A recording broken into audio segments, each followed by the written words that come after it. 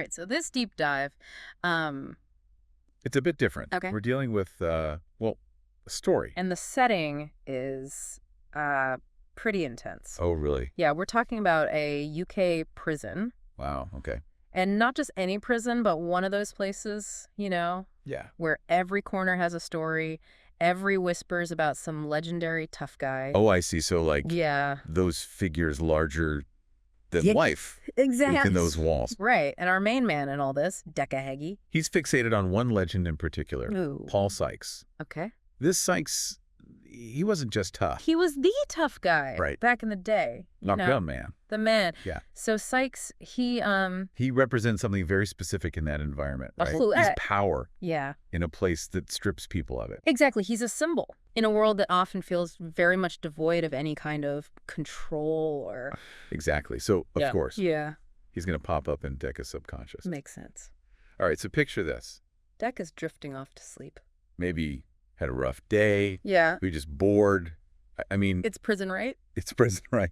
Yeah. And in his dream, He finds himself in this dimly lit corridor, oh, all spooky echoes. You know how it is in I dreams. could only imagine. Yeah. Yeah. And then, bam. Out steps Paul Sykes No way. in all his glory. Wow. Right.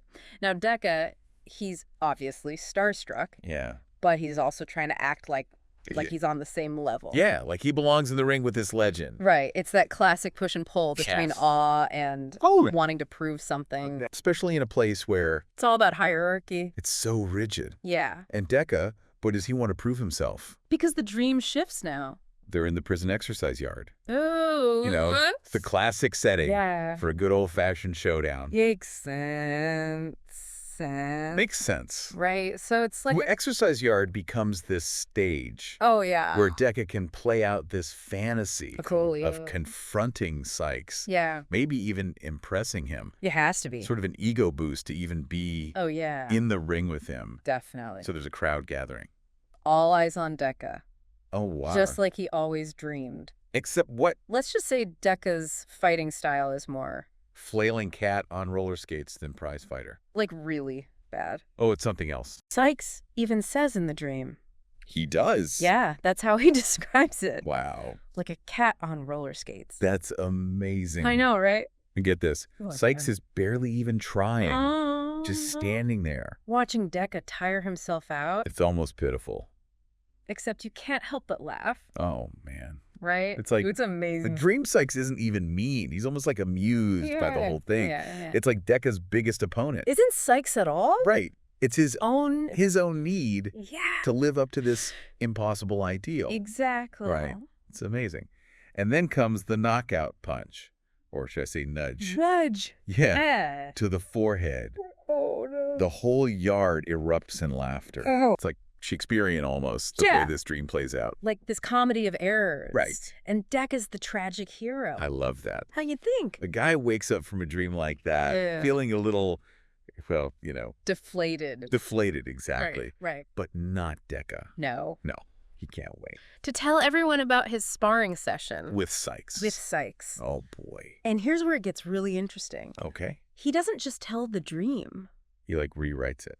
Oh, really? How so? So the humiliating defeat Yeah. becomes this learning experience Okay. with Sykes as the wise mentor Oh, wow. who just happens to be amused by him. So he's like the promising protege now. Exactly. Wow. Instead of the slaying cat, he's like, The chosen one. right. And he even claims What? that Sykes gave him a compliment. No way. Yeah, said he had the heart of a fighter. Did he really, though? Who knows? Right. Yeah, I agree. But in Decca's retelling, Yeah.